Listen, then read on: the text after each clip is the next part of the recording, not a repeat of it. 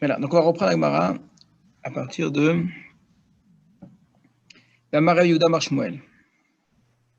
Donc la Mishnah parlait de la Shemitah, donc là à nouveau on parle également d'un problème de Shemitah. On parle ici de Shemitah Teksafim, la Shemitah de l'argent, le fait de ne pas réclamer les dettes.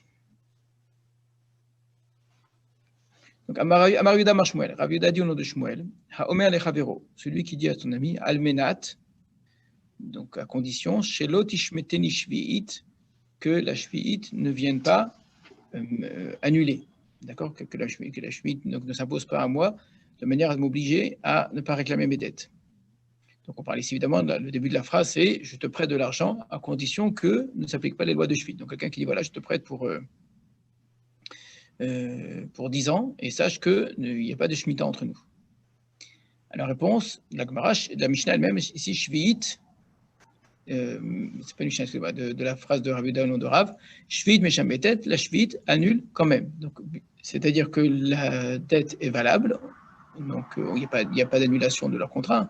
Donc l'argent est prêté, il le remboursera donc s'il peut le rembourser, et puis s'il arrive la Shemitah annule les dettes. Donc sa phrase n'a eu aucune valeur, c'est un cas parmi d'autres où une condition qui a été posée clairement n'est pas reconnue, et elle n'annule pas non plus donc le contrat. Alors, Lima Kassavar Shmuel, est-ce qu'on va dire que Shmuel pense, suite à ce qu'il vient de dire là, que Matne Alma Shekatu Batorah ou qu'il s'agit d'un cas de quelqu'un qui est matné, qui pose une condition au sujet de quelque chose qui est écrit dans la Torah, donc on dit au sujet de, c'est-à-dire à l'opposé, donc en contradiction avec ce qui est écrit dans la Torah. Et que tout celui qui pose une condition contre ce qui est écrit dans la Torah, son tnaï est annulé. Donc il semble ressortir effectivement ça de Shmuel, c'est que pourquoi est-ce qu'une personne qui dirait je te prête à condition qu'il y a la Shemitah qui ne s'applique pas entre nous, eh bien, sa condition est nulle, parce qu'il pense de manière plus générale, pas simplement dans ce cas-là, Shmuel, que chaque fois qu'on pose une condition qui viendrait contrarier une loi de la Torah, eh bien, la condition est nulle, tout simplement. Ça paraît assez logique, effectivement.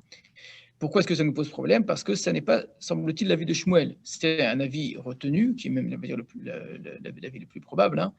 Mais pourtant, Shmuel semble ne pas avoir à dire ça, comme on va le voir ailleurs.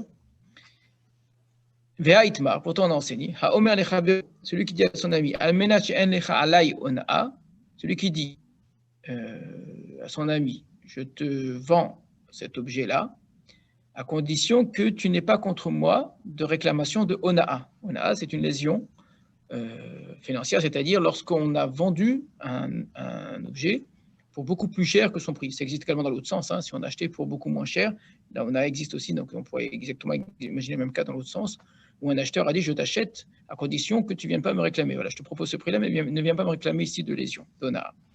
Pour faire simple, on va dire un sixième, hein, mais peu importe, ici, ça ne jouera pas du tout dans notre étude. Donc, il dit, voilà, je te prête de l'argent, mais ne viens pas réclamer d'ona.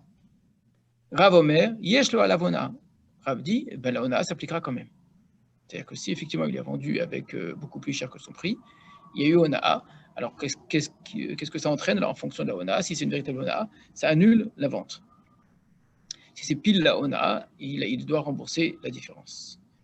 Ou Shmuel Omer, en lo alavona. Shmuel dit, il n'y a pas d'ona. S'il lui a dit à l'avance, s'il lui avait rien dit, s'il lui avait vendu pour beaucoup plus cher que son prix, il y a ona. Mais s'il l'a prévenu à l'avance, tu sais quoi, je vends, mais sache que ne viens pas réclamer d'ona, hein, d'accord, on se met d'accord. C'est une vente ici où c'est ça la condition. Si tu veux pas, tu prends pas. Donc je te préviens. Du moment qu'il l'a prévenu, c'est bon. C'est ce que dit Shmuel. Alors, effectivement, ça semble s'opposer complètement à ce que nous on a dit, puisque dans les deux cas, il s'agit ici d'un contrat entre deux personnes. Un, c'était un contrat de prêt. Là, c'est une sorte de contrat de vente. Hein. Donc, ils se mettent d'accord. Et dans les deux cas, il y a une condition qui est posée qui est contraire à la Torah. Donc, il y a le din de Shemitah qui fait qu'on annule les dettes, c'est la 7e année. Il y a le din de Ona qui fait qu'on n'a pas le droit de vendre pour beaucoup plus cher que son prix. Et dans les deux cas, la personne dit, écoute, ne viens pas me réclamer ce qui est écrit dans la Torah. Ça, c'est quelque chose ici, ça ne s'applique pas entre nous, d'accord? Eh bien, dans un cas, Shmuel a dit que la Shemitah est Meshametet, que la Shemitah est Meshametet, oui, c'est-à-dire que le din de la Torah s'applique contre la condition, donc la condition est nulle. Dans l'autre cas, c'est l'inverse, c'est la condition qui s'applique et pas la loi de la Torah. Donc, effectivement, ça semble contradictoire ce que dit Shmuel. Pour Rav, qui n'est pas cité. Lui, Rav, clairement, il fait partie de ceux que on voit très bien qu'il dit que dans le cas de Ona, on ne sait pas ce qu'il pense sur la Shemitah. Mais à plus forte raison, si déjà Shmuel a dit ça sur la Shemitah, plus forte raison que Rav le dira. Rav, lui, il avait clairement dit, celui qui vend pour plus cher que son prix, qui dit, même en prévenant son acheteur, écoute, ne viens pas réclamer la Ona, eh bien, pour Rav, c'est sûr que il y a Ona dans ce cas-là. Donc c'est sûr que la Shemitah sera Meshada, on ne peut pas aller contre les lois de la Torah. Très bien. Voilà ici deux exemples qu'on peut comparer. Donc un cas de Shemitah Ksafim, un cas de Ona. Dans les deux cas, il s'agit de dîner mamonot, et c'est très important en vérité, parce qu'il y aurait, cette discussion n'existe pas, même pas dans ce qui n'est pas dîner mamonot, quand il n'est pas des questions d'argent. C'est important pour comprendre la logique de ceux qui autoriseraient et ceux qui interdisent, c'est clair, parce que la Torah dit quelque chose, tu dis ce qui est contre la Torah. Donc tu ne peux pas aller contre la Torah. Mais pourquoi certains permettraient? Ça n'est possible que dans des affaires d'argent. Si on va le voir, quelqu'un qui pose une condition pour des choses qui ne seraient pas des affaires d'argent, qui seraient contraires à la Torah, il n'y a aucune discussion, c'est sûr que le Tnaï n'est pas valable. D'accord? Dites-moi vous-même, pourquoi est-ce que ça peut paraître logique d'entendre, en tout cas, une opinion qui dirait que dans les affaires d'argent, c'est possible que le Tnaï soit plus fort que la loi de la Torah. Donc, clairement, on va prendre l'exemple de Ona, de Shmuel. Shmuel dit, dans le cas de Ona, du moment qu'il le prévient, c'est bon. Mais la Torah, elle a dit qu'il y a Ona. De quel droit tu fais contre la Torah? Et donc l'autre est au courant. Pourquoi c'est pas Ona? De fait, tu l'as vendu pour beaucoup plus cher que son prix. Si je vends un truc plus cher, et l'autre est d'accord, donc c'est pas Ona. Il sait que c'est plus cher. Donc il sait que c'est là. Vous dites dans la définition de Ona, ça ne rentre pas, donc c'est pas contraire à la Torah. La Torah dit qu'il y ait lésion. La définition de la Torah, c'est léser son prochain, dans l'idée de le tromper, en fait. Il y a du prix là-dedans. Parce que là, le prix est fixé entre les deux. C'est quoi la valeur? La valeur de l'objet, c'est ce que les deux se sont mis d'accord de fixer. C'est pas une valeur intrinsèque du produit. Donc, alors, personne n'est lésé. Ça, c'est une très bonne question, parce qu'en philosophie, la question, fameuse question du juste prix. Il semble que la Torah considère, en tout cas d'après les lois de Chachamim, qu'il y a un juste prix. C'est quoi ce juste prix? Évidemment, ce n'est pas un prix réel de l'objet, c'est un prix du marché. Donc, ce n'est pas non plus l'idée d'un prix. L'objet n'a pas de valeur intrinsèque, on n'est pas en train de. Il y a un prix du marché. Selon ce prix du marché, si quelqu'un vend beaucoup plus cher, il laisse son prochain. Pourquoi est-ce qu'il le laisse? Parce qu'il lui suffirait d'aller traverser la rue, d'aller l'acheter ailleurs. Donc il était trompé. Donc, si c'est un objet qui est très rare, qu'il est le seul à vendre, et ça, on ne parle pas de cas pareil. Hein. On parle vraiment d'un cas où il y a un prix du marché, partout on l'achète à ce prix-là, et lui dit, écoute, moi je te le vends à Mais ça signifie que c'est léser quelqu'un qui ne sait pas qu'il paye trop voilà. cher. Donc vous allez dans le même sens exactement, c'est de dire la définition d'Onaa, c'est tromper l'autre en vérité. C'est lésion avec tromperie, d'accord? Maintenant, si l'autre est au courant, alors il n'y a pas de problème, donc il n'est pas lésé, il accepte, d'accord? Donc c'est pas contraire à la Torah.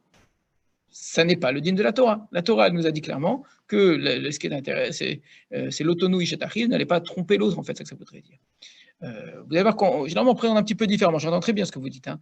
On dit que, mais ça revient au même, hein, c'est juste une autre façon de regarder les choses, c'est qu'il y a ce qu'on appelle Mechila. Mechila, c'est je sais que tu as pris plus que ce qui te revient, mais je suis mochel sur cet argent. La preuve, c'est que j'ai accepté. Et quelqu'un a le droit d'être mochel sur son argent. Donc c'est contraire au dîn de la Torah. La Torah aimerait que les prix soient. Donc quelqu'un dit, écoute, moi je suis mochel, comme quelqu'un qui viendrait payer sa dette. Je ne parle pas d'intérêt du tout. Hein. Et que l'autre lui dit, écoute, je suis mochel, ne me rembourse pas. Il a le droit.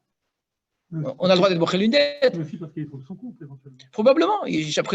Après c'est son choix personnel, d'accord. Donc en quoi c'est pas contraire, ou si c'est contraire à la Torah, pourquoi c'est possible? Alors, première réponse, c'est parce qu'en réalité, ce n'est pas contre la Torah, ce n'est pas dans cela dont la Torah parle. La définition de la Torah, c'est une définition dans laquelle il y a tromperie. Il n'y a pas de tromperie puisqu'il accepte. D'accord? Je vais revenir quand même sur ce que vous dites là dans un instant. Hein. Deuxième chose, une autre façon de le voir, et c'est peut-être la même chose, hein, c'est peut-être la même façon de dire les choses juste autrement. Il y a de la part de celui qui accepte la condition qui lui est imposée, parce qu'il pourrait refuser, dire je n'achète pas, c'est tout. Donc, il y a ce qu'on appelle Mechila sur son argent. Il a le droit d'être mochel sur son argent. Ce n'est pas tout à fait la même chose. On peut dire que ce sont deux aspects de la même idée, mais pas obligatoirement. Je vais vous expliquer pourquoi. Parce que quand on dit que la personne, elle accepte, il faudrait qu'elle soit consciente exactement dans ce cas-là de là où on a en question. Pour dire que je suis mochel, ou bien pour dire qu'on accepte, il faudrait être conscient de la chose en question, d'accord?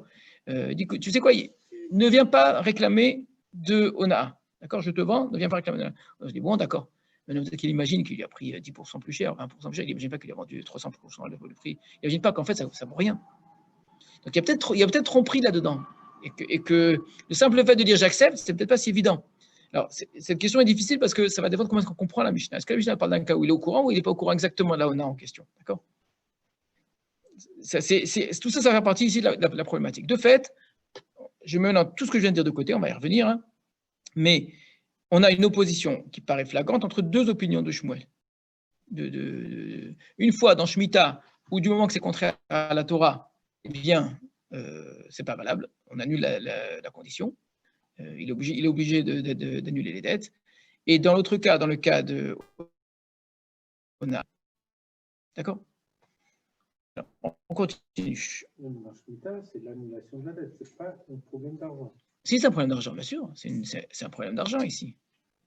Non, là, il a besoin d'une chaise pour s'asseoir, elle vaut 100, il faut la vendre à 200, donc là, j'en ai besoin, je l'achète. Donc, c'est qu'un problème d'argent. Là, j'emprunte de l'argent, certes, j'ai besoin de l'argent, mais l'autre, il est vraiment ouvert au fait d'être chaman. Il y a une différence quand même. Alors, vous êtes dans le même sens que ce que vous avez dit tout à l'heure. Vous avez défini la Ona de manière à ce que la Ona soit une tromperie. Donc, dans ce cas-là, ce n'est pas contre la Torah. Alors, vous faites maintenant exactement le travail dans l'autre sens, qui est très juste. Hein. Et Shemitah, à l'inverse, ce n'est pas une question de tromperie ou pas tromperie, ça n'a rien à voir avec ça. C'est un homme, il a une mitzvah de la Torah, par rapport au bon Dieu, on va dire, d'annuler ses dettes. Donc, le fait qu'il ait posé la condition, il s'oppose à sa propre mitzvah, c'est très intéressant comme remarque. C'est vrai que ça se voit en termes d'argent, d'accord, mais de fait, c'est une obligation que la Torah lui impose que lui refuse d'accomplir.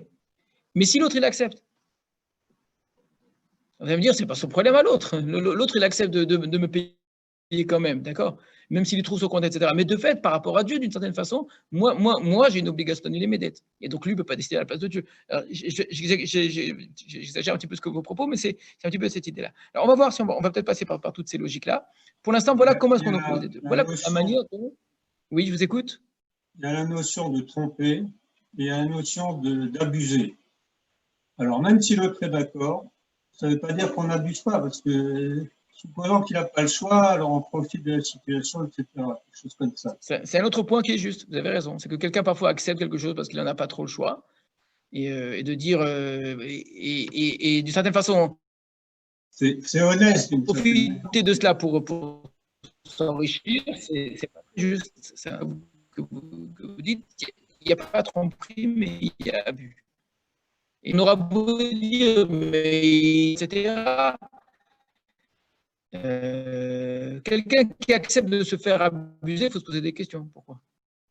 Si vraiment c'est moins cher ailleurs, pourquoi est-ce qu'il a accepté? Donc ça prouve bien qu'il est autre à profiter de cet abus-là. Et est-ce que j'ai le droit de profiter du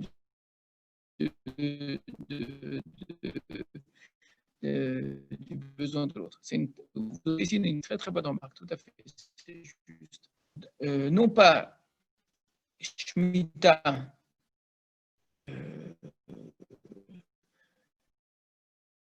À faire, on dit, quand Shmuel il dit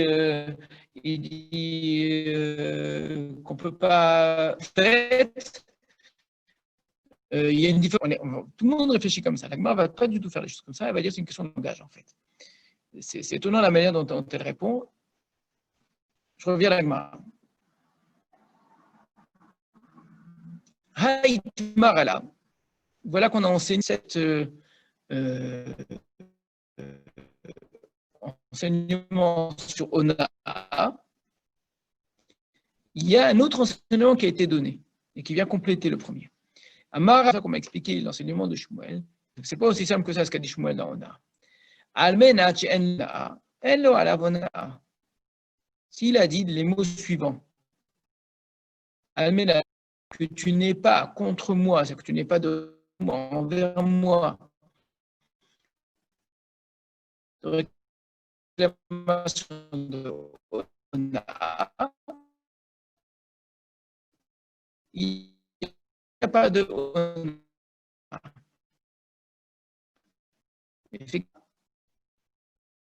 Onar. Donc, Shmuel lui-même dira. Excusez-moi, il y a un problème de son. Je ne sais pas si c'est moi ou si c'est votre micro, mais on entend très mal.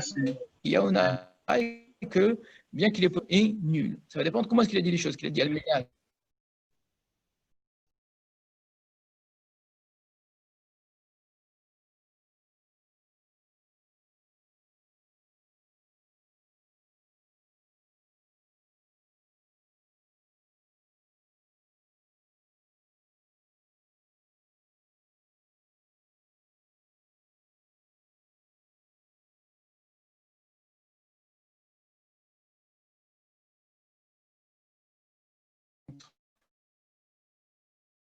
Alors, on continue.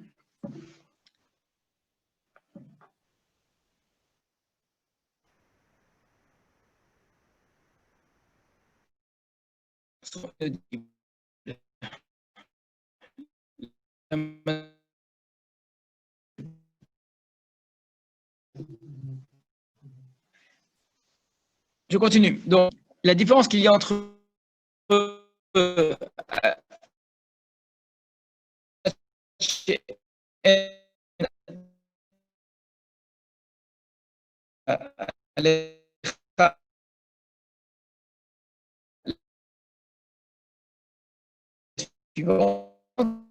c'est que dans ce qu'il dit,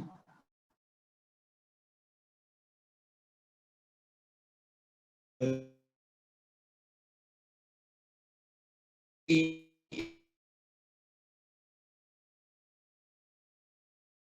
la Torah,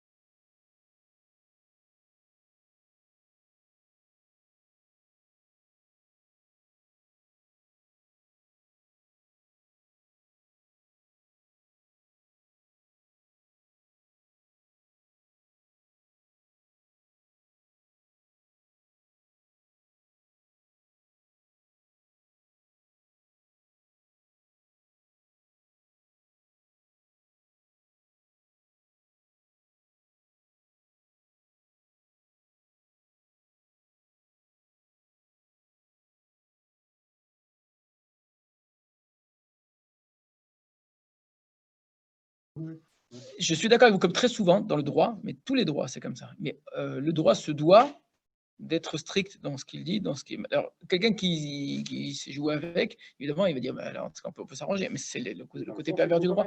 Mais aucun droit peut se permettre d'être approximatif. Donc, du moment que je donne une définition, je suis obligé d'aller jusqu'au bout de ce que la définition implique. Donc, si ça implique que deux situations se ressemblent beaucoup, mais qu'elles n'ont pas la même voix, oui, je suis bien obligé d'accepter. Le droit est obligé d'être comme ça. Maintenant, devant un bédine, on peut regarder après et dire, écoute, celui-là, il est quand même assez retors comme bonhomme, d'accord. Mais il faut bien mettre le domaine du droit, c'est le domaine de la justice, c'est le domaine de la vérité. Il est obligé de dire, voilà, qu'est-ce qui est écrit dans la Torah, qu'est-ce que ça implique? Ça implique, peut-être bêtement, mais stupide, que deux personnes qui font exactement la même chose, mais là, fait attention à sa formulation, il a dit, écoute, Yahona, mais juste, ne viens pas me réclamer sur moi. Entre nous, on est d'accord. Au niveau du droit, par rapport à ce que la Torah a dit, c'est permis, c'est tout. Ce qu'on va dire Shmuel. Vous vous positionnez, vous, par rapport aux effets, d'accord, une sorte en termes moral. Une morale ici qui est, ça ne se fait pas, ça revient au même, etc. C'est plus dans les effets des choses. C'est peut-être entièrement vrai. Il y a beaucoup de choses dans la Torah qui sont permises et que le droit va autoriser et que la morale va strictement interdire. Donc, ce sera peut-être le cas. Mais à l'inverse, le fait de savoir que ça c'est permis, ça va permettre de solutionner beaucoup de problèmes, ne croyez pas. Il y a beaucoup de situations où quelqu'un n'a pas nécessairement envie de vendre, d'accord. Et s'il a envie de vendre, c'est juste à un prix un peu plus cher que le marché, qui est dans le cadre de Ona. Oui, sauf que l'idée reste. Si je te vends quelque chose à condition qu'on puisse le voler, ça va contre la Torah. À condition, ce serait du vol, mais sauf que moi, je pourrais le voler. Vous voyez, c'est-à-dire, j'ai fait une restriction en considérant que le Mais vol... je ne comprends pas la phrase, ça ne s'appelle pas du vol. C'est-à-dire donner une autorisation particulière qui sortirait du cas général. Le cas général étant respecté. Le particulier s'intègre dans le... Oui, je dis, ça sera une problématique générale pour toutes les questions de droit. Vous allez avoir une définition donnée à partir desquelles vous allez avoir plein d'implications qui vont être, pour les unes parfois même très surprenantes, d'accord, mais qu'on se doit d'accepter et qui vont être très utiles parfois. Là, on s'est positionné, comme d'habitude, du côté de l'acheteur. Mais dans cette situation, il faut se mettre du côté du vendeur et c'est vraiment intéressant pour lui et ce sera moral pour lui, parfois, de vendre un peu plus cher que les autres. Parce qu'il n'est pas intéressé à vendre, parce que ça a été difficile, peut-être plus pour lui que pour d'autres, etc. Alors l'acheteur veut lui acheter, du coup, écoute, la Torah, elle me dit quoi? Tu es obligé de vendre, mais moi, ça me coûte plus de vendre à ce prix-là que quelqu'un d'autre. Vous n'avez jamais entendu en blaguant quelqu'un qui dit non, je ne vends pas ma maison ou mon appartement, mais si tu m'en donnes pas un temps, je te vends. Pour les métal, oui, pour les métal, il n'y a pas de nana. Pour les cartes. Ouais, non, justement. Pour les cacaotes, il n'y a pas, je me suis trompé. Pour les cacaotes, il n'y a pas de nana. Pour les esclaves, il n'y a pas de nana. Pour les objets de luxe, il n'y a pas de nana. Il y a des choses sur lesquelles, parce que la question de valeur du produit ici est beaucoup plus large. Il y en a sur des choses que très facilement on peut acheter, on peut vendre. Donc, c'est tous les objets meubles qu'on peut. Voilà. Et il y a un cours du marché, d'accord. Aujourd'hui, il y a même un cours de l'immobilier, ça existe aussi. Mais en vérité, pour l'immobilier, quelqu'un peut très bien dire je ne décide pas de vendre pour 10 fois le prix. Pourquoi pas? Il y a un diamant. Ça n'a pas de prix, même s'il y a un cours général, quelqu'un peut très bien décider de le vendre pour beaucoup plus cher. Aujourd'hui, on dirait des œuvres d'art, la même chose, etc. Il n'y a pas de... Donc, les Khaïm sont tout à fait conscients qu'il y a des choses qui n'entrent pas du tout dans ce cadre-là. Notre sujet, encore une fois, nous, ce n'est pas d'entrer dans les détails du din d'Ona, c'est de se poser la question. C'est extrêmement intéressant, et c'est aujourd'hui, en plus, dans la société actuelle, c'est vraiment c'est passionnant, la question d'Ona. Mais on ne peut pas développer, nous, cette question-là. Ce qui m'intéresse, c'est à partir de là, aborder la question de maintenir al-Mashikatu Torah. Quelqu'un qui vient poser une condition par rapport à ce qu'est la Torah. L'exemple de là, c'est un exemple parmi deux qu'on a vus. On va en voir un troisième, qui sont dans des cadres complètement différents. C'est juste ça qui m'intéresse pour ce soir. Hein. Et on est en train de nous dire, le Tnaï, il est possible si, d'après Shmuel uniquement, si je déplace le Tnaï vers la personne et pas vers la mitzvah elle-même. La mitzvah, elle reste, la Torah, elle reste. La Torah dit que sa source, c'est Assour. D'accord. Maintenant, écoute, entre nous, on décide d'accepter de vendre quelque chose pour un prix qui est différent. D'accord. En sachant très bien que c'est Assour Minatora. Qu'est-ce qui est Assour Minatora? Parce que nous sommes en train de faire, parce que c'est permis justement. Qu'est-ce qui est Assour Minatora? C'est de ne pas se mettre d'accord et de t'imposer quelque chose sans que tu le saches. D'accord. Si on est trompé, si je ne te le disais pas, ça sera Assour Minatora. On est entièrement d'accord. Maintenant, est-ce que tu es prêt? D'accord. Alors, il y a beaucoup de détails à regarder encore. Hein. Pour l'instant, on ne fait que observer le texte rapidement.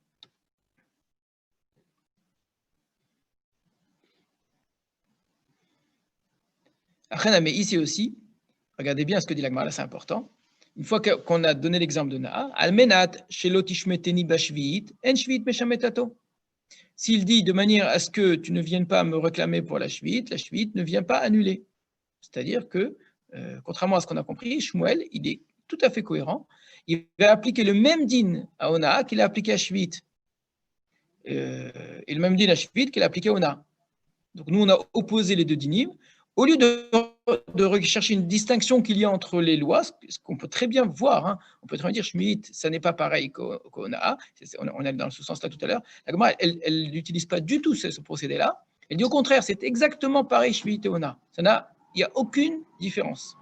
Et ce qui est autorisé dans Ona sera autorisé dans Shvit, et ce qui est interdit dans Shvit sera interdit dans Ona. Donc, s'il dit de manière à ce que tu ne viennes pas me réclamer à moi, donc que s'applique l'annulation des dettes, effectivement, ça s'applique. Leurs conditions s'appliquent, c'est-à-dire que les dettes ne sont pas annulées. Shvit, mais maintenant, s'il dit Almena lo tishmeteni Shvit, Shvit, mais jamais tato. S'il dit que la Shvit ne s'applique pas à moi, c'est plus une question entre nous deux, que la loi de Shvit, qui est pas qu'on n'accomplisse pas la mitzvah, d'une certaine façon, alors dans ce cas-là, on dit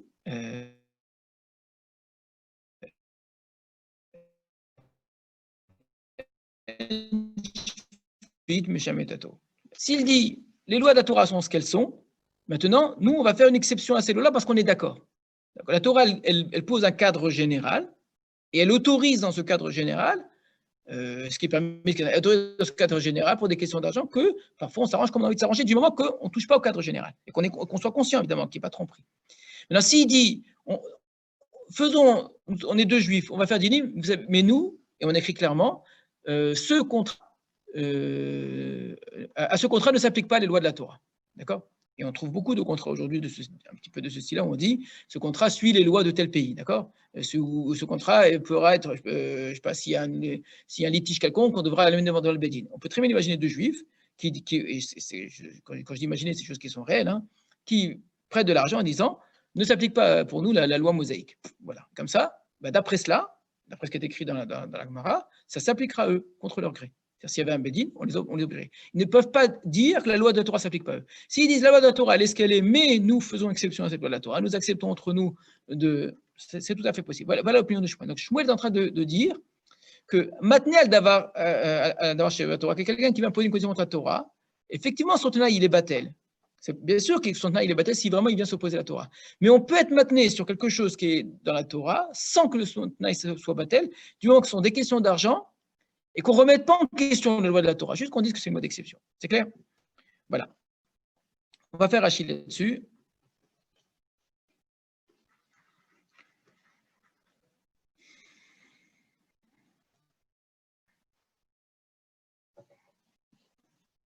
Donc, les didim farchelé, donc, moi, c'est comme ça qu'on m'a expliqué.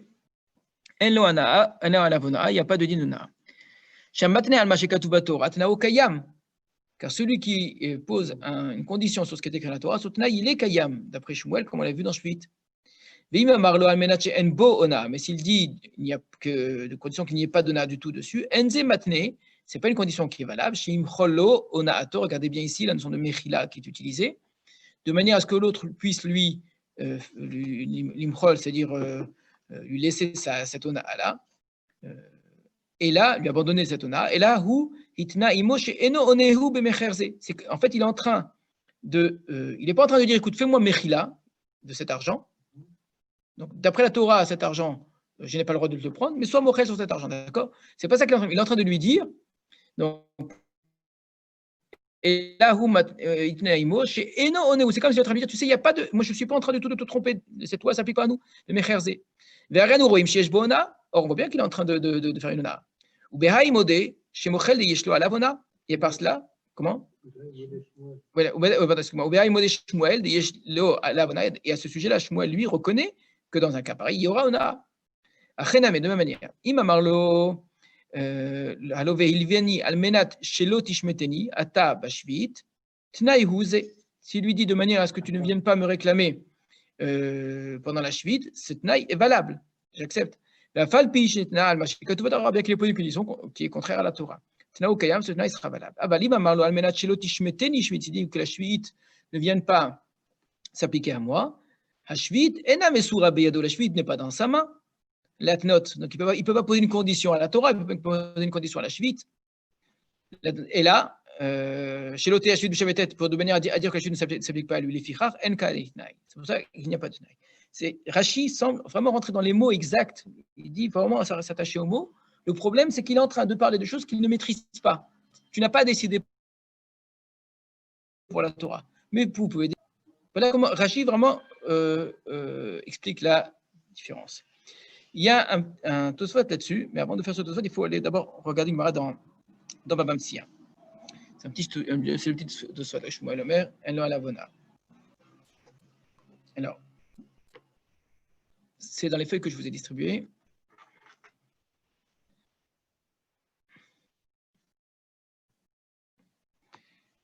Est-ce que ça apparaît chez vous le texte?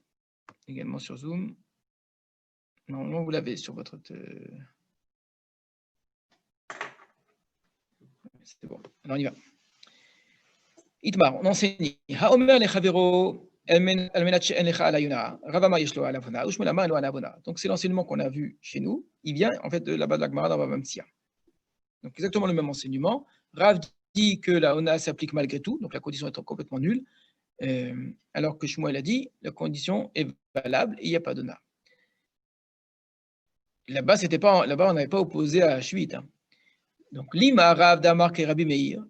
Va-t-on dire que Rav pense comme Rabbi Meir ou Shmuel, Damar et Rabbi Yehuda? On fait dépendre de la marloquette entre Rav et Shmuel d'une autre marloquette entre Rabbi et Rabbi Yehuda. Ce qui veut dire que la marloquette des Amoraïm est une marloquette des Tanaïm.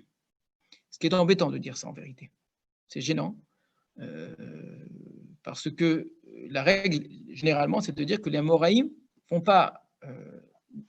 vont pas rajouter des choses inutilement à ce qui a déjà été enseigné.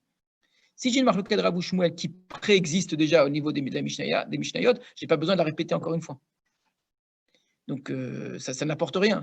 Si finalement la marloquette existait déjà, donc vous n'avez qu'à dire Rabbi Meir dit ceci, Rabbi Yehuda dit cela. Pourquoi dire Rav et Shmuel? Donc, généralement, quand on dit Rav et Shmuel, c'est pour dire qu'on discute sur quelque chose qui n'a pas été discuté auparavant, sur lequel il n'y avait pas de controverse connue auparavant. Alors, pour l'instant, en tout cas, c'est l'impression qu'on va avoir, c'est que c'est la même marloquette que Rabbi Meir et Rabbi Yehuda. Tanya, car on enseigne Ha'omer la isha hare'at mekudeshet li almenat she'en lecha alai sh'ar kisut ve'ona. Vous voyez que c'est exactement le même langage. Almenat she'en lecha, on voit bien que ça vient d'ici même le langage. Harizu mekudeshet utnao batel. Dit Rabbi Meir. Rabbi Yehuda Omer bedavar shebemamon tnao kayam. Voilà. Alors, justement, ici, la Gemara, elle semble dire comme Shmuel. Plus exactement, Shmuel comme Rabbi Yehuda. Alors, on va revoir. De quoi il s'agit ici? Quelqu'un qui dit à une femme, Ariad Mekudeshet li, donc tu m'es consacré par cet anneau-là, etc. Donc, il se marie, à condition, chez En Lach Alai, que tu ne viennes pas réclamer, je traduis toujours comme ça, parce que, littéralement, que tu n'es pas sur moi, tu n'attendes pas de moi, chez Er, Ksut Veona. Chez Er, Ksut Veona sont les obligations, en gros, financières d'un homme envers sa femme. De l'habiller, Alors, Ona, il y a une vraie discussion en vérité sur ce mot Ona, est-ce qu'il y a Ona ou pas? Et je préfère qu'on enlève Ona, honnêtement, on va dire cher et sous essentiellement. Donc les vêtements, le fait de donner à manger, etc. Ona, c'est un peu plus compliqué, parce que pour Rabbi Meir, c'est sûr que le Tao Batel, mais même pour Rabbi Yehuda, le Tao Batel dans Ona. Ona, c'est le devoir qu'on a de satisfaire sa femme en termes de relations conjugales. Donc, ça n'a rien à voir avec d'avoir chez Mamon. Ce n'est pas une question d'argent. Donc, rapidement, je règle ce problème-là. Même d'après Rabbi Yehuda, si quelqu'un pose cette condition, évidemment, on parle toujours d'un cas où la femme accepte, hein, sinon il n'y a même pas de discussion. Et la femme accepte d'être Mekudeshet, les Kiddushin sont nuls. Ce n'est pas valable. Il n'y a pas de Kiddushin comme ça. On ne se met pas sans. Ou bien, on considère que les Kiddushin sont valables et qu'il a une obligation de malgré tout. D'accord? Tellement, ça veut dire ça. C'est-à-dire qu'on ne tiendra pas compte du tout de la condition. Et là-dessus, tout le monde est d'accord que ce n'est pas d'avoir chez Mamon. Maintenant, s'il dit, on va se marier, mais tu sais quoi, l'obligation que j'ai de te nourrir, l'obligation que j'ai de t'habiller, tu es mochelette là-dessus. D'accord? Et tu acceptes de te marier à ces conditions-là. C'est valable. C'est ce que dit Rabbi Yehuda. Rabbi Meir dit non. Pourquoi? C'est une mitzvah minatora. Chez Aksuto, on apprend ça de la Hama Ivriya, c'est les obligations que j'ai envers une femme. Ces obligations-là sont des lois imposées par la Torah. Même si la femme est mochelet, eh bien, ça s'applique quand même. Point. Très bien. Effectivement, ça ressemble énormément à nos cas à nous. C'est quelqu'un qui est matinal d'avoir Shikatu Batora, quelqu'un qui a posé une question sur ce qui est écrit dans la Torah. On voit ici Rav comme Rabbi Meir, Shmuel comme Rabbi Yehuda. C'est bon? Le principe est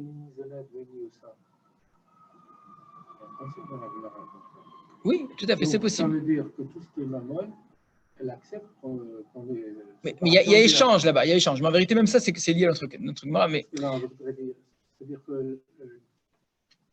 Pourquoi? Ce que vous dites là, c'est qu'on considère en vérité que les obligations du mari ont une sorte de contrepartie du côté de la femme. Et donc, ce n'est pas notre cas, nous, ce que vous dites là. C'est que si la femme dit, je ne veux pas de la contrepartie, je ne veux pas donner, je ne veux pas recevoir. Donc, dans ce cas-là, lui n'a pas d'obligation, puisqu'elle non plus n'a pas d'obligation. On parle d'un cas où elle s'impose toutes les obligations, et elle accepte que lui n'en ait pas, par contre. Elle accepte de se marier à ces conditions-là, d'accord? Donc, elle accepte, elle, d'être au sein, de tout faire que comme il faut, que comme une femme qui est vraiment chez Traïl. Et en échange, il ne la nourrit pas, il ne l'habille pas, elle se débrouille toute seule, d'accord? Et elle dit, oui, j'accepte, je veux me marier avec cet homme-là à ces conditions-là, d'accord? Il étudie la Torah toute la journée, c'est ce que j'ai envie, voilà, j'attends rien de cet homme-là, d'accord? Si c'est posé comme, cette condition est clairement posée, et ben, vient Rabbi Yehuda, il dit c'est permis. Pourquoi? Parce que c'est d'avoir chez Mammon.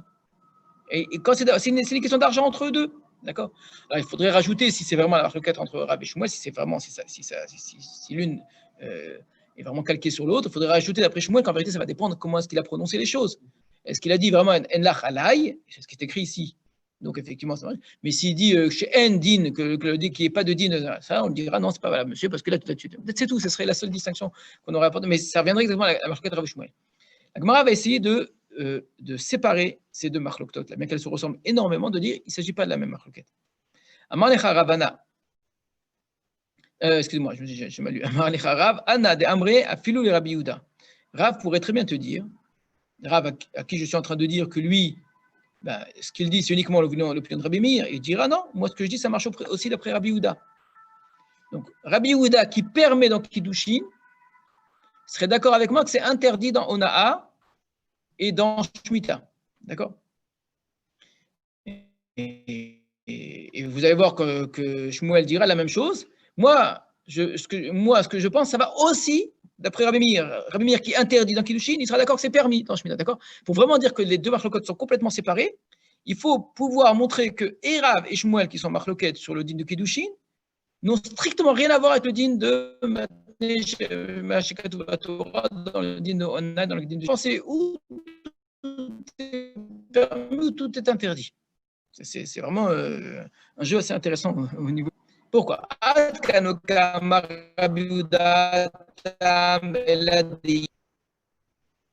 Donc, Rav pourrait très bien te dire, moi, ce que j'ai dit, ça marche même d'après Rabbi Yehuda.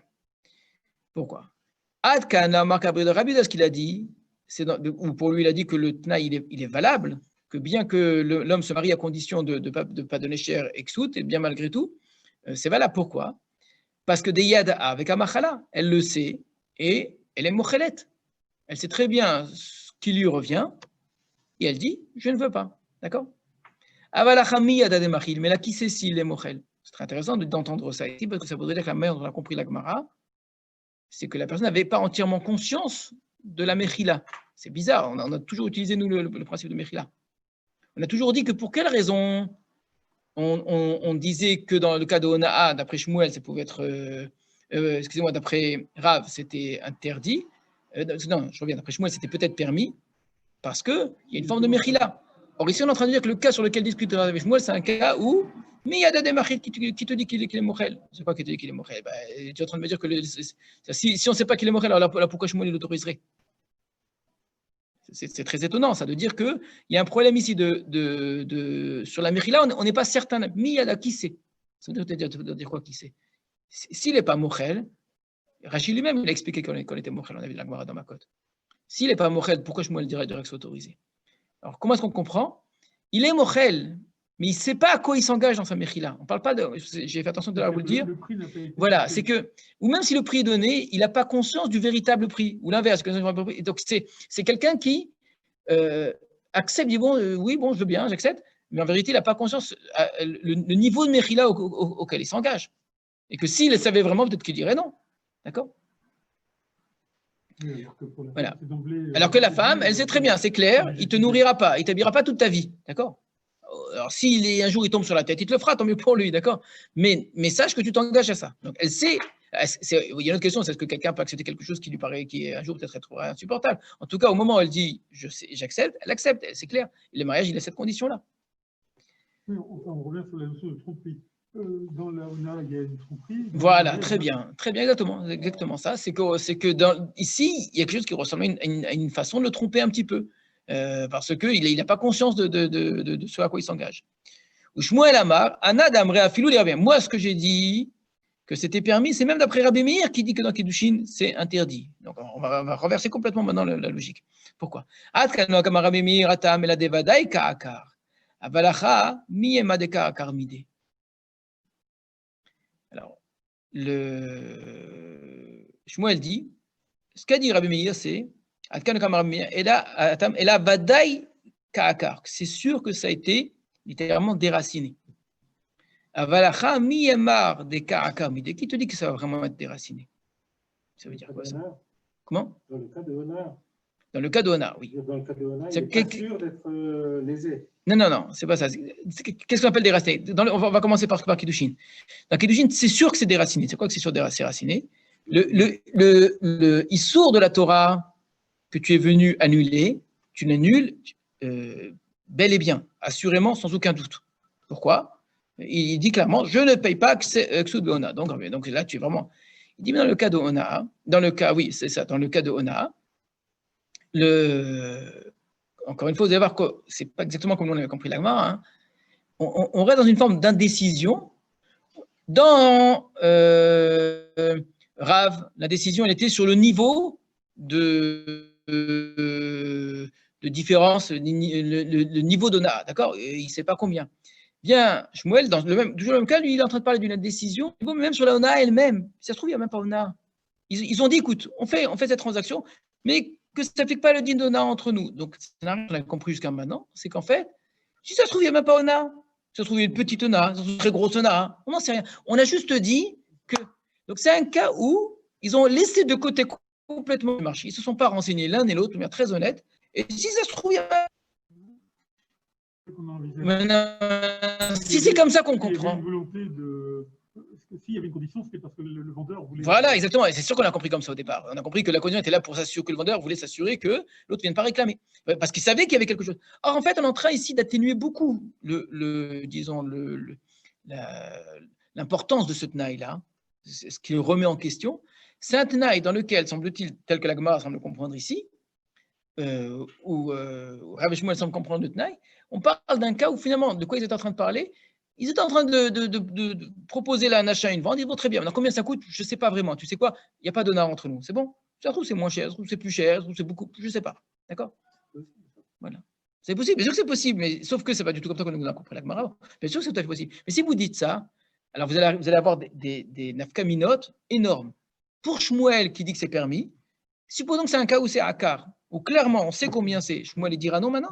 Ça va changer complètement la qu'on a compris jusqu'à maintenant. Pour Rav, à l'inverse, où on a dit, Rav il est en train de dire, mais là, il ne sait pas à quoi il s'engage. Imaginons qu'il sache à quoi il s'engage. Alors pour Rav, ça va devenir permis maintenant. On a dit que pour Rav, c'est interdit. C'est bizarre, quoi. Ça nous change complètement la compréhension qu'on a eu avant. Si on va jusqu'au bout de cette Gemara, on est en train de comprendre complètement différemment Rav et Shmuel dans Ona.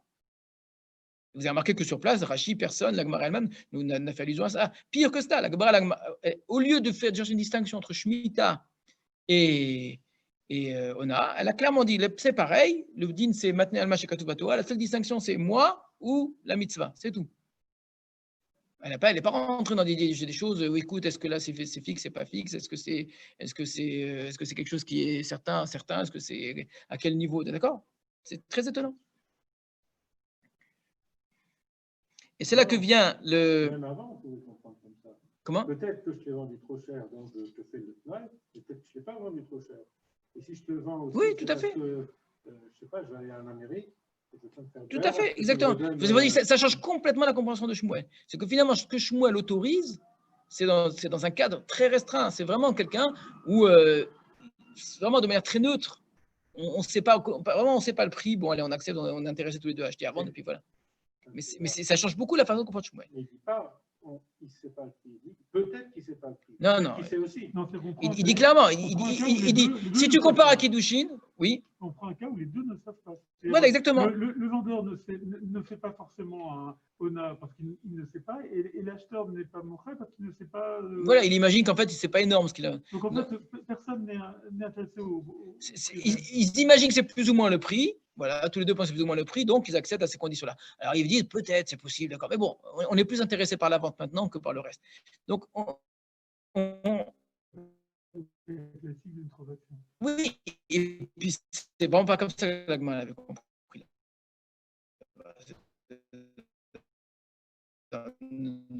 De Shmuel. האומר לך, אין לו עליו הונאה.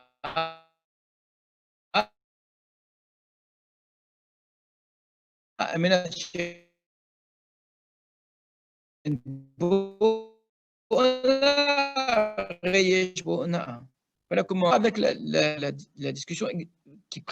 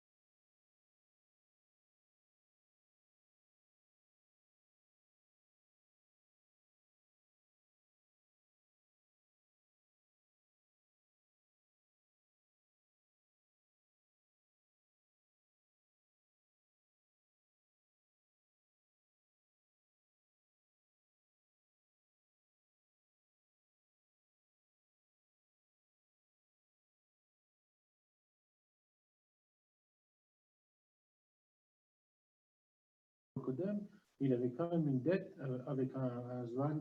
On va tout faire dans l'ordre. Donc, le Tosfot, on reprend. Et si tu dis, Mi dame hacha ashvit, mais comment est-ce que tu peux comparer ashvit? Comment tu peux comparer ona ashvit avec le din de Tnaï? Pourquoi? Vadaï, akar. Dans le cas de Shvit, c'est sûr qu'il a enlevé le din. On avait vu que d'après Shmuel avait dit, la différence avec Kiddushin, c'est quoi? C'est que dans le cas de Ona, c'est pas sûr qu'il a enlevé le din. En vérité, si ça se trouve, il n'y a même pas Ona. Il dit, mais alors comment tu peux comparer dans ce cas-là Shvit? Dans Shvit, quand il dit, voilà, tu sais quoi, je te prête de l'argent à condition que la Shemitah ne s'applique pas à moi, que tu ne viennes pas, pardon, je me suis très mal exprimé là, que tu ne viennes pas réclamer le din de Shemitah, on dit, c'est valable. Mais pourquoi c'est valable? Là, on sait très bien ce qu'il est en train d'annuler. Il n'y a rien d'indécis. On sait la somme et on sait en plus que c'est sûr que c'est annulé complètement. D'accord? Il n'y a pas de peut-être. Ce n'est pas du tout comparable à Ona. Il a prêté pour tant et tant de temps. Il a prêté une somme pour autant de temps, une somme qui est fixe. Donc, on sait quelle est la somme fixe. Et en plus, on sait très bien que c'est annulé complètement. Donc, il n'y a aucune indécision là-dedans. Donc, qu'est-ce qu'il y avait? Shmuel avait été obligé d'une certaine façon, pour ne pas que ça ressemble à la marloquette entre Rabbi Yehuda et Rabbi Meir, à dire le cas d'Ona, c'est un cas où la dette, où le Tnaï est valable. Pourquoi? Parce qu'en vérité, c'est même pas sûr. C'est même pas sûr, d'accord? Mais Shemitah, c'est sûr. Clairement, il a dit voilà, il n'y a pas de Shemitah. D'accord? Comme on dansait dans Azav, j'ai mal au très bien. Veyesh Lomar, il faut répondre. Ici aussi, en fait, non, là aussi, il y a une part d'indécision. Pourquoi? Miyamar de Akar, qui te dit que ça va être complètement annulé? Shema Ipar Alo Kodem, peut-être que l'autre très gentiment va venir le payer avant. Ça reste une possibilité. C'est-à-dire que tu pourras appliquer quand il dit, tu sais quoi, je te prête de l'argent à condition que le din de Shemitah ne s'applique pas. On a compris. Donc, c'est sûr qu'il réclamera toujours sa dette et que l'autre sera toujours obligé de la payer. Non, peut-être qu'il la payera avant. Et s'il la paye avant, on n'a pas annulé le din de Shemitah. Et puis, c'est réglé. Et si dans Kiddushin, il divorce une demi-heure après les Kiddushin ou elle meurt? Ça, c'est pas notre affaire. Ce qui compte, c'est. À aucun moment, on a dit que Akar, c'était ce qui allait se passer plus tard. J'ai même fait attention exprès à vous dire. Si ça se trouve, il va même lui donner.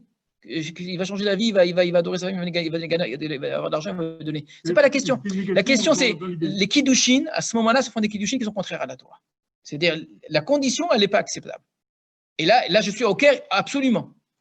Peu importe ce qui va se passer après, je suis au Caire. Mais malgré tout, votre question, elle est bonne. Alors que là, on peut prêter de l'argent. Voilà, on peut prêter de l'argent, c'est tout à fait permis. Maintenant, et l'autre, il peut très bien rembourser avant, c'est pas sûr qu'il attende pour rembourser de l'argent, d'accord? Juste, quand arrivera la Shemitah, si on en arrive à la Shemitah, d'accord? Si on en arrive à la Shemitah, ne viens pas me réclamer. Mais ça se trouve, on n'arrivera jamais à la Shemitah. Tu vas me rembourser avant. Si on arrive à la Shemitah et l'autre, il veut rendre, il n'a pas de issue de rendre. En plus. L'autre, il peut réclamer. L'autre, il peut l'accepter, sans aucun problème. En plus, oui. C'est aussi vrai. Donc, je ne comprends pas tellement cette réponse de Tosfot, parce que schéma, peut-être, si quelqu'un vient emprunter de l'argent pour 1 an et qu'au bout de 2 mois, il y a la Shemitah. Dans ce cas-là, oui. Dans ce cas-là, si on va jusqu'au bout, de la réponse de Tosfot, il faudra dire que dans certains cas, ça ne s'appliquera pas, si on est juste à l'avant-veille de la Shemitah. Voilà, exactement. Même avant, même si c'est 3 ans. Oui, enfin, c'est-à-dire dans des conditions qui paraissent tout à fait improbables que de remboursement. Mais même avant, même si c'est pour 5 ans et que la Shemitah c'est au bout de 4. Si j'emprunte pour 5. Ça veut dire que si le prêt, de toute façon, si j'emprunte pour 5 et pas pour 3. Si c'est un prêt à rembourser forcément dans le départ, dans l'idée. C'est pas sûr. C'est pas. rembourser des prêts en avance, toi? Si tu fais l'héritage, tu le fais. C'est pas sûr. Mais parce que vous vivez dans un monde où vos prêts vous coûtent de l'argent. Dans la demande de la Torah, le prêt coûte de l'argent à celui qui vous prête. Donc, chaque fois donc tout le temps que vous ne lui remboursez pas, c'est lui qui perd. C'est pas ça. Alors, si vous oui, écoutez bien. Écoutez bien. Et c'est ce que je vous dis. Écoutez bien. Vous, aujourd'hui, vous ne remboursez pas plutôt. Pourquoi? Parce que la somme que vous avez calculée là maintenant, elle est en fonction de ce que vous pensez pouvoir rembourser, etc. D'accord. Et si vraiment vous pouviez rembourser plus tôt aujourd'hui, vous le feriez, c'est sûr et certain. Si vous aviez l'argent immédiat et que vous enlevez vos intérêts, si vous pouviez. Des intérêts aujourd'hui. Oui, mais si l'argent que tu gagnes au loto, tu vas d'abord rembourser tes emprunts. Non, bien sûr, quel intérêt là que vous pouvez rembourser? Si vous avez la somme pour rembourser, vous remboursez. Vous n'avez aucun intérêt à payer encore plus, c'est sûr que non. Maintenant, dans le cas de la Torah où je n'ai pas d'intérêt à payer, je suis en train de profiter d'autrui. Alors que j'ai l'argent à la maison, pourquoi? C'est pas sympa. J'ai cet argent, lui, il n'a pas cet argent, il me l'a prêté pour me rendre service. C'est une mitzvah qu'il a accompli en me prêtant de l'argent. Donc, en tout cas, ça reste ici des questions psychologiques. On n'a pas entré là-dedans sur. Donc, le concept du voilà. prêt est possible. Voilà. Maintenant, si c'est juste la veille de Shemitah, par contre, vous aurez raison de dire, non, là, dans ce cas-là, ça ne tiendra pas. Parce que c'est sûr qu'il ne remboursera pas pour la Shemitah. Ça reste un cas unique. Tu l'as dit, pour la deuxième année de la Shemitah, tu t'empruntes pour 6 ans et pas pour 4. C'est pas tout à fait pour rien non plus. Je veux dire. C'est pas pour rien, mais rien n'empêche de rembourser plus tôt. C'est tout à fait possible. C'est tout à fait possible. C'est du même genre d'indécision qu'on est là, on est en train. Écoute, je te vends, je ne sais pas combien ça coûte, à condition qu'il n'y ait pas d'ONA. Bon, j'imagine que tu vas quand même essayer de monter le prix maximum. Donc, c'est pas consubstantiellement voilà. Opposé au principe de prêter. Voilà. Alors, on a vu. Elle est, moi aussi, comme très souvent, quand on essaie à tout prix de tout coller ensemble, il y a un moment où ça passe tout juste, quoi. Ouais. On va voir dessus Rambam qui va un peu plus compliquer la sauce, puisque Rambam va, semble-t-il, peu importe, on a du mal à comprendre clairement. Ce que j'ai essayé de vous montrer, c'est que clairement, qu'est-ce que dit Rav et clairement ce que dit Shmuel, on ne sait pas vraiment. On sait juste que dans le principe, Shmuel, il accepte qu'on soit matné al davar chez Torah, si c'est ben mamonot, mais il faudra rajouter des restrictions. S'il a dit almena tchenechala, d'accord, très bien, ça on a compris. Mais en tout cas, la lacha sera comme qui? Comme Rav ou comme Shmuel? Ou comme l'un, ou comme l'autre. Peu importe, j'ai compris. Or, on va voir le Rambam, une fois il fait comme l'un, une fois il fait comme l'autre. La Gemara a fait tout pour dire, écoute, j'ai Ona'a d'après tout le monde, elle essaie vraiment de dire, il y a l'opinion de Rav, l'opinion de Shmuel, et il faut que Shemitah, il faut que c'est après tout le monde, et puis chacun après il aura son avis sur tout. C'est bizarre, d'accord. Alors on va regarder les Hashem la semaine prochaine. Voilà, à bientôt. Gardez bien les feuilles. Vous les avez sur WhatsApp, sinon si vous voulez les récupérer.